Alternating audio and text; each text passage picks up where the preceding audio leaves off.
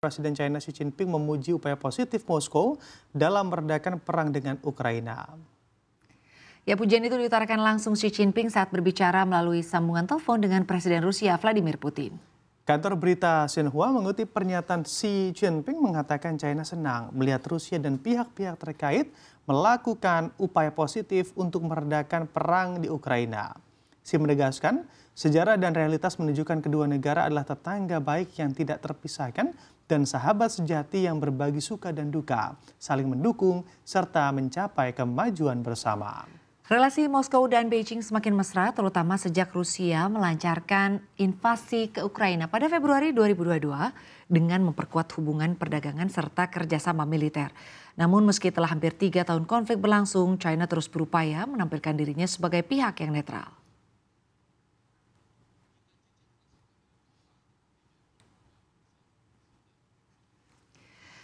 Iya Bram, jadi kalau kita lihat nih China memang kembali menunjukkan dukungannya terhadap Rusia, tapi kali ini dengan memuji Moskow yang konon kabarnya ini berupaya untuk meredakan perang yang terjadi di Ukraina.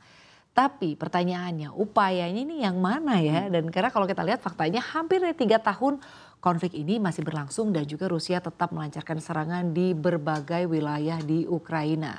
Ya, sedikit kritis nih ya Sinta terkait pernyataannya karena memang tapi di sisi lain China juga berusaha menjaga citranya Sinta sebagai pihak yang netral begitu dalam hal ini. Mereka juga tetap menjadi mitra ekonomi dan politik dekat Moskow, namun di panggung global Beijing terlihat tidak ingin sepenuhnya memihak dan ini dapat dikatakan pula bahwa memang bisa dijadikan atau menjadi strategi yang cukup hati-hati bagi Beijing. Nah, memang ini yang menjadi pertanyaan juga ya, ini hati-hati atau sebetulnya justru main dua kaki ya. Karena kalau kita lihat sejak awal invasi ini China tidak pernah mengecam Rusia, bahkan mereka terus mempererat hubungan dagang dan juga militer dengan Moskow. Dan kalau benar-benar ingin menjadi mediator seharusnya ada langkah konkret untuk menekan Rusia agar benar-benar menghentikan perang, bukan sekedar memberikan pujian. Oke, nah itu juga yang menjadi pertanyaan besar kita semua begitu ya Cinta. Seberapa jauh China bisa mempertahankan posisinya ini? Karena dari sisi atau satu sisi lainnya mereka memang ingin tetap punya hubungan erat dengan Rusia atau dengan Moskow dalam hal ini. Tapi kalau kita lihat di sisi lainnya tekanan dari Barat terhadap Moskow juga terus meningkat dan itu pasti berpeluang berimbas juga pada Beijing. Iya benar-benar kalau melihat dinamika global yang terjadi saat ini ya mungkin sulit untuk bisa membayangkan bahwa China ini benar-benar netral dalam konflik atau di setiap konflik ya.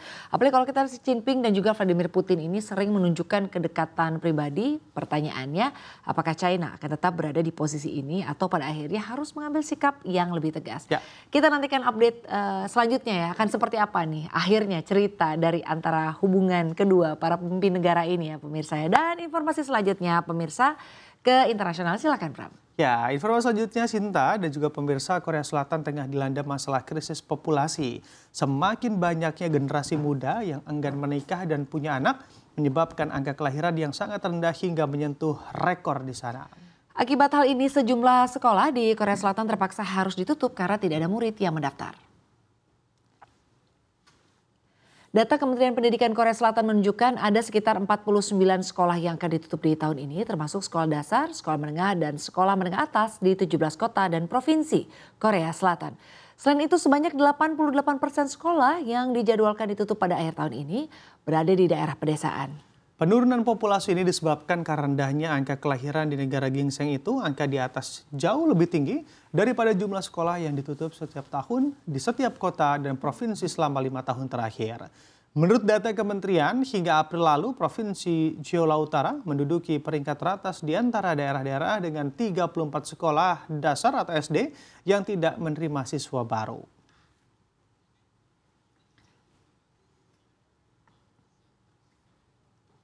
Ya Bram terkait dengan krisis populasi di Korea Selatan ini memang gawat banget ya. Ini juga menjadi pembahasan netizen ya kalau kita lihat di kolom komentar di media sosial. 49 sekolah harus tutup gara-gara nggak ada murid yang mendaftar. Nah ini jadi sepi sekolahnya Sinta ya. Karena memang itu juga berarti angka kelahiran di sana udah benar-benar rendah dalam hal ini atau dalam hitungan ini.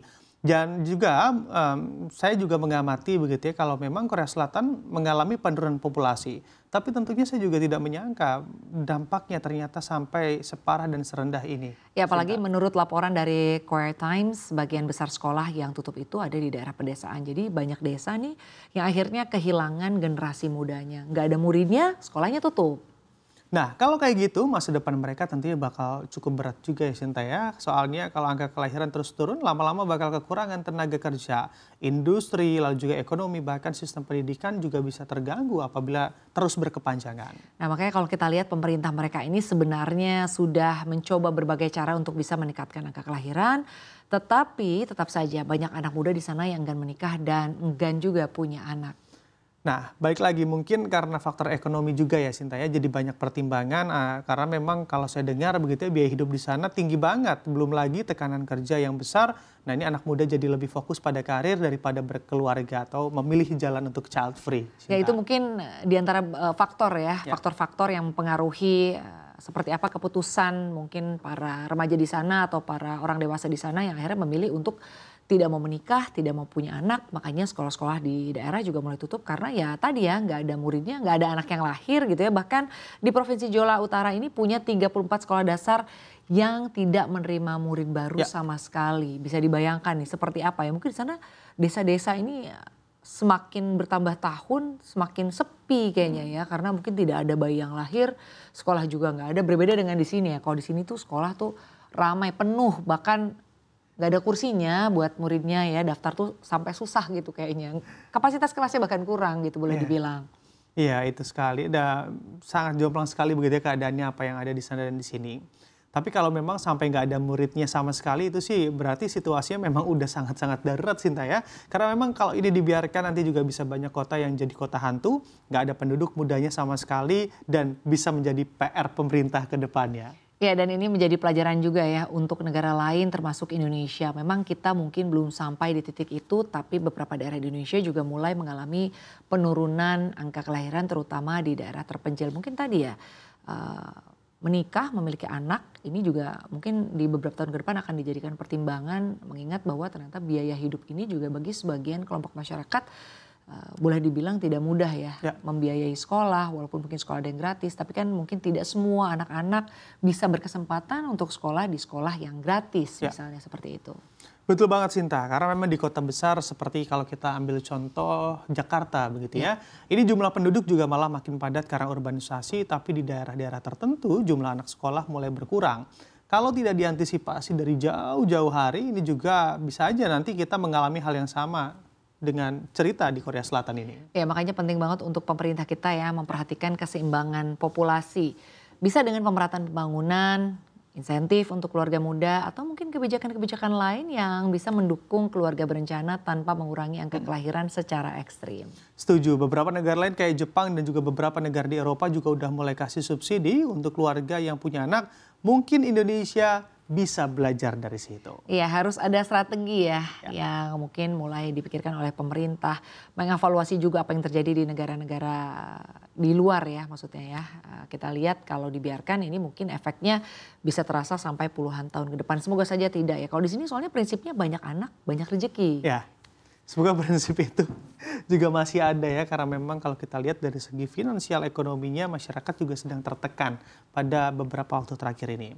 Semoga pemerintah kita udah mulai menyadari juga potensi masalah ini dan siap ambil langkah yang tepat dan juga cepat. Karena kalau sudah terjadi krisis, sulit untuk membalikan keadaannya, Sinta. Iya betul banget, dan ini bukan hanya soal jumlah penduduk, tetapi juga keberlanjutan ekonomi dan kesejahteraan masyarakat. Ya, setuju. Semoga kita bisa belajar dari pengalaman negara lain dan gak sampai mengalami krisis yang sama. Iya Bram, dan selanjutnya Indonesia tercatat sebagai pemain eksportir untuk beberapa produk turunan terigu seperti wafer dan juga mie instan.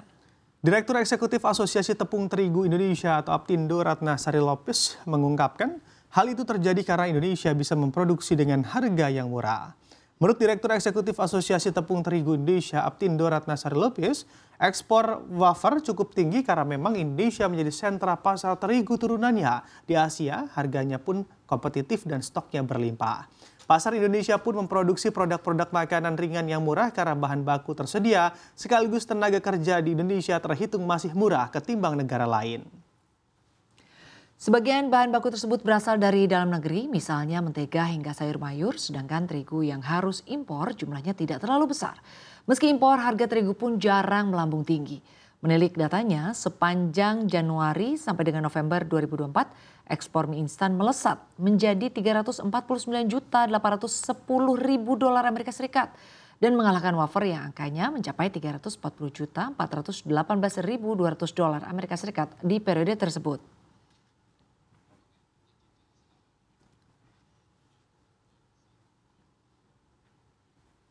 Ya Bram, kalau kita lihat nih memang menarik sekali ya melihat bagaimana Indonesia justru bisa menjadi pemain besar dalam ekspor produk turunan terigu seperti misalnya wafer dan juga mie instan, dan ini membuktikan bahwa industri makanan olahan kita ini memiliki daya saing di tingkat pasar global. Tapi pertanyaannya sampai kapan ya kita bisa menjaga keunggulan ini ya? Karena kalau kita lihat ada beberapa kali nih, aku juga sempat berkesempatan pergi ya, wah mie instan kita tuh lumayan diminati juga di pasar global. Dan yang beli bukan hanya orang Indonesia di sana begitu ya Sinta ya? Iya, dan mereka cocok juga dengan rasanya ya. Mereka mungkin suka ya kuah-kuah gitu ya. Dan itu kan rasanya cukup unik ya. Seperti misalnya ada rasa mie instan rasa rendang gitu. Kalau misalnya mereka mungkin belum berkesempatan untuk Indonesia, mereka mungkin selama ini hanya melihat rendang itu seperti apa, bisa dicoba di mie instan yang rasa rendang ya. Jadi bisa tahu lah ya rendang itu rasanya seperti apa. Betul sekali Sinta. Salah satu faktor utama yang membuat produk kita kompetitif adalah biaya produksi yang rendah. Bahan baku tersedia, tenaga kerja yang masih tergolong murah dibandingkan negara lain, dan bahkan meskipun tepung terigu masih impor, Indonesia masih impor, tapi harganya relatif stabil. Ini semua membuat harga jual kita juga tetap kompetitif di pasar internasional. Tapi justru itu juga yang harus diwaspadai ya, tetap ya apapun yang terjadi kalau kita lihat artinya ketika kita sukses di beberapa hal, sukses melakukan ekspor, ada beberapa hal yang memang tetap harus diwaspadai. Artinya ketergantungan pada harga tenaga kerja murah ini bisa menjadi pedang bermata dua, Bram. Kalau suatu saat misalnya ada kenaikan upah atau biaya produksi lainnya meningkat, apakah kita masih bisa bersaing? Jangan sampai mungkin nanti kualitas produknya begitu ya jadi turun, atau bahkan kita hanya menikmati tren sementara tanpa memikirkan strategi jangka panjang ke depannya ini akan seperti apa. Ya, itu poin yang cukup menarik Sinta. Karena memang saat ini kita memang masih terpantau unggul begitu ya dari segi biaya produksinya. Tapi kalau tidak ada inovasi atau peningkatan efisiensi, persaingan global bisa semakin ketat ke depannya.